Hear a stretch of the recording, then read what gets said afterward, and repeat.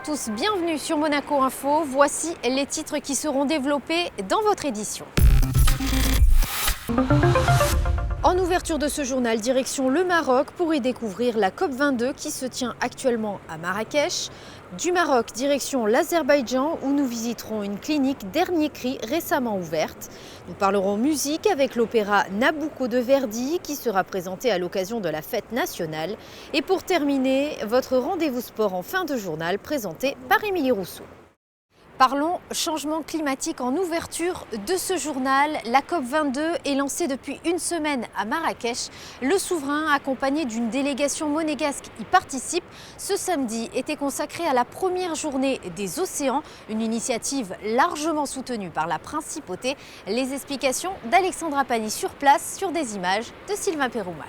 C'est au sud de Marrakech qu'est implanté l'imposant site qui accueille la 22e session de la conférence des États parties à la Convention cadre des Nations Unies sur les changements climatiques. La COP22, aussi appelée Conférence de l'action, aura pour mission de développer des outils opérationnels après l'adoption l'an passé de l'accord de Paris et de sa ratification par près de 106 pays à ce jour. Pour la première fois, une journée thématique consacrée aux océans a été organisée dans le cadre de cette conférence et coprésidée par le prince Albert II et la princesse Lala Hasna du Maroc. À l'occasion de la COP21 à Paris, la principauté s'était fortement mobilisée pour la prise en compte des océans. Cette initiative avait été suivie par de nombreux pays, dont la France. Un an après, le prince souverain et Ségolène Royal se retrouvent à Marrakech pour cette journée spéciale annonçant l'inscription officielle des océans dans l'agenda global pour l'action climatique, confortant ainsi le 14e objectif de développement durable. Je pense que c'est toujours extrêmement important non seulement de faire le point sur tout ce qui se fait en matière de recherche sur la relation océan-climat, mais aussi d'information pour le plus large public sur cette connexion très intime et très importante entre le rôle que jouent les océans dans le climat. Mais aussi, bien sûr, sur tout ce qui peut être fait pour une meilleure gouvernance, une meilleure gestion des océans et de ses ressources. Et puis, bien sûr, ce que la Fondation aussi a fait depuis des années sur les aires marines protégées, par exemple, sur la protection de différentes espèces. Enfin, tout ce qui contribue à rendre nos océans sains et surtout plus durable. Cette journée a permis ainsi d'attirer l'attention sur la nécessité d'intégrer les océans dans la mise en œuvre de l'accord de Paris et de les voir également comme moyen d'atténuation et d'adaptation aux effets des changements climatiques. Comme l'a souligné le prince, le progrès dans la considération pour les océans, pour le rôle essentiel qu'ils jouent dans la régulation du climat et pour les dommages importants qu'ils peuvent subir aussi du fait des dérèglements climatiques. Donc ça a été une étape importante que les participants ont souligné et encore une fois, on se réjouit de cela. La journée des océans a été ici co-organisée par le gouvernement marocain et un certain nombre d'institutions dont la Fondation Prince Albert II. Et ça prouve bien entendu l'implication qui est celle du souverain et de Monaco en général sur les questions qui sont liées aux mers. La lutte contre la pollution plastique était également au cœur des discussions de cette journée. Près de 32% des déchets d'emballage sont abandonnés dans la nature.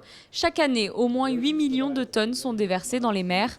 Les chiffres sont alarmants. Des solutions sont progressivement envisagées.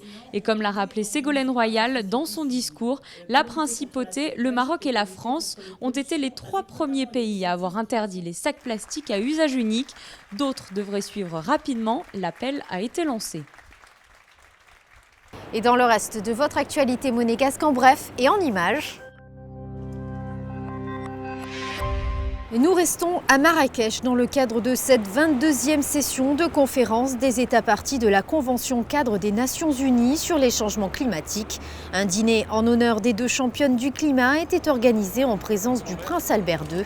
Les gouvernements ont en effet convenu de nommer 2 champions du climat en 2016 et en 2020, sélectionnés successivement au sein des présidences de la conférence annuelle.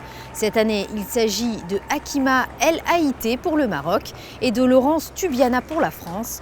Lors de cette soirée, le souverain leur a également remis un award pour leur implication et leur travail. Vous le voyez sur ces images. Quittons Marrakech pour Bakou, où nous continuons notre série de reportages consacrés à la mission du Monaco Economic Board en Azerbaïdjan. Cette fois-ci, coup de projecteur sur une clinique spécialisée dans le diagnostic très pointu. Les détails dans ce reportage. Scanner, dernier cri, salle entièrement neuve, médecin aux formations très pointues. La clinique Hayat, récemment ouverte, propose des diagnostics. Elle offre un large choix de bilans appropriés à chaque patient.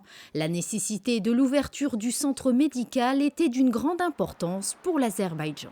Hayat Clinic a ouvert ses portes il y a 1 an. C'est un établissement spécialisé qui ne réalise ni chirurgie ni soins. Nous avons créé une clinique de diagnostic unique à Bakou et en Azerbaïdjan. Elle est très réputée. Des patients viennent ici, surtout pour des check-ups. Cette structure permet d'obtenir différents bilans en radiologie, cardiologie, gastro-entérologie et bien d'autres. Par la suite, nous orientons nos patients dans des cliniques du monde entier, comme à Monaco, en France, en Allemagne ou en Turquie. Il faut savoir également que de nombreuses personnalités viennent consulter ici, chez nous. En principauté, le centre cardio-thoracique fait partie de l'offre hospitalière dont l'excellence des soins est reconnue. Le domaine de la santé constitue un axe fort de l'action du gouvernement princier. Les résultats sanitaires placent Monaco dans le peloton de tête des pays de l'OCDE.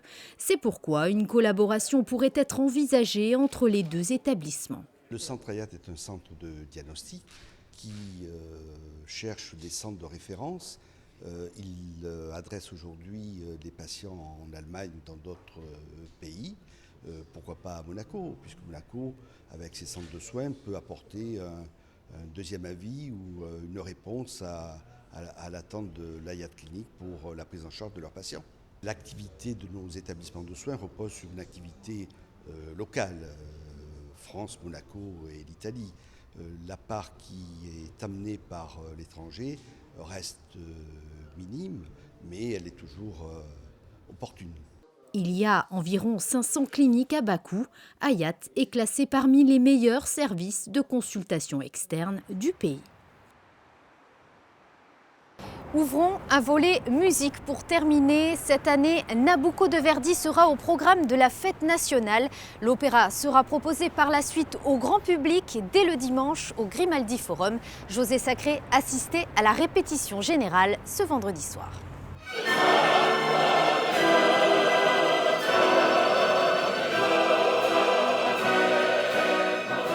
Choisi par Jean-Louis Grinda, le directeur de l'Opéra de Monte-Carlo, Nabucco de Verdi est présenté dans le cadre de la fête nationale monégasque au Grimaldi Forum. C'est un spectacle fédérateur, une œuvre qui tient compte des contraintes du lieu, le Grimaldi Forum. C'est un grand spectacle avec beaucoup de chœurs, un grand orchestre, l'Orchestre Philharmonique de Monte-Carlo et une distribution exceptionnelle. De plus, cet opéra n'a pas été donné souvent à Monaco. D'autre part, Nabucco fut, rappelons-le, le premier grand succès de Verdi.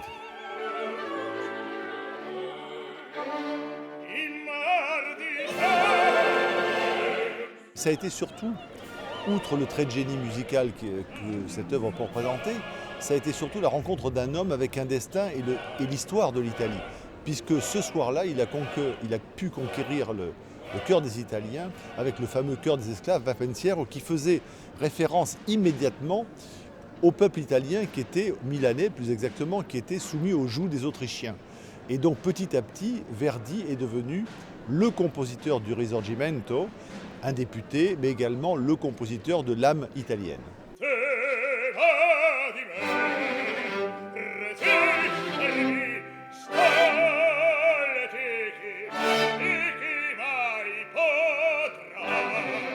Dans le rôle-titre, l'Opéra de Monte-Carlo a le privilège d'accueillir le grand baryton Leonucci qui, dans ce rôle, triomphe sur les plus grandes scènes internationales. C'est un rôle que moi, j'aime beaucoup. Je l'ai débuté, pour la vérité, très tard. Je l'ai débuté à 52 ans.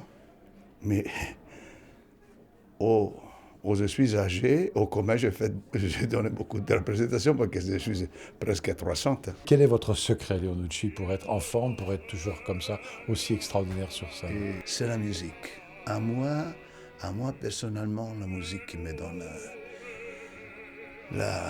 pas seulement la joie de vivre, mais donne la vie.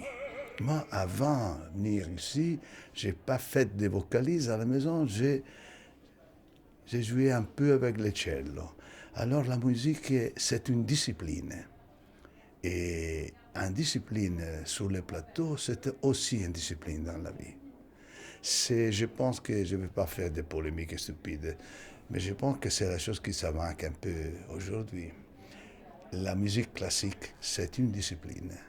Il faut l'aimer.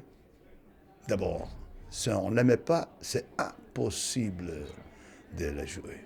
C'est impossible que c'est, spécialement les exercices, les vocalises, c'est ennuyant. Mais quand on aime, ça, il nous donne une, comme je peux dire, une occasion de vie. Non son più re, son Dio. Autour de Leonucci qui incarne Nabucco, une distribution parfaite avec notamment la soprano Anna Pirozzi et la mezzo-soprano Beatrice Uria Monzon. L'Orchestre Philharmonique de Monte-Carlo étant placé sous la direction d'un jeune chef italien, Giuseppe Finzi.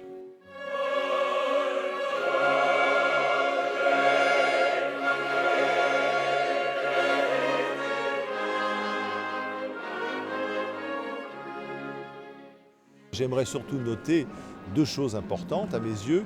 La présence du chœur de l'Opéra de Monte-Carlo, sous la direction de Stefano Visconti. On sait que le chœur a une énorme importance dans Nabucco, mais également la présence d'un nouveau venu en principauté, Leo Muscato, qui est le metteur en scène du spectacle, qui livre une vision classique et intéressante de l'œuvre, parce que c'est une œuvre qui est finalement très compliquée à monter.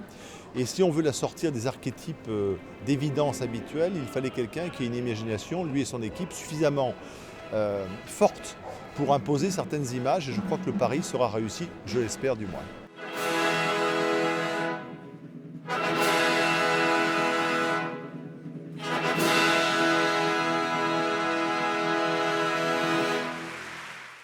Et d'un concert à un autre, en bref et en images. Feu Chatterton se produisait à l'espace Léo Ferré ce vendredi soir. Fondé en 2011, ce groupe de musique pop-rock est originaire de Paris. Électricité, romantisme et vertige, avec leur univers décalé, ces 5 jeunes dandys incarnent le renouveau de la scène pop, entre mélodies soignées et lyrisme assumé.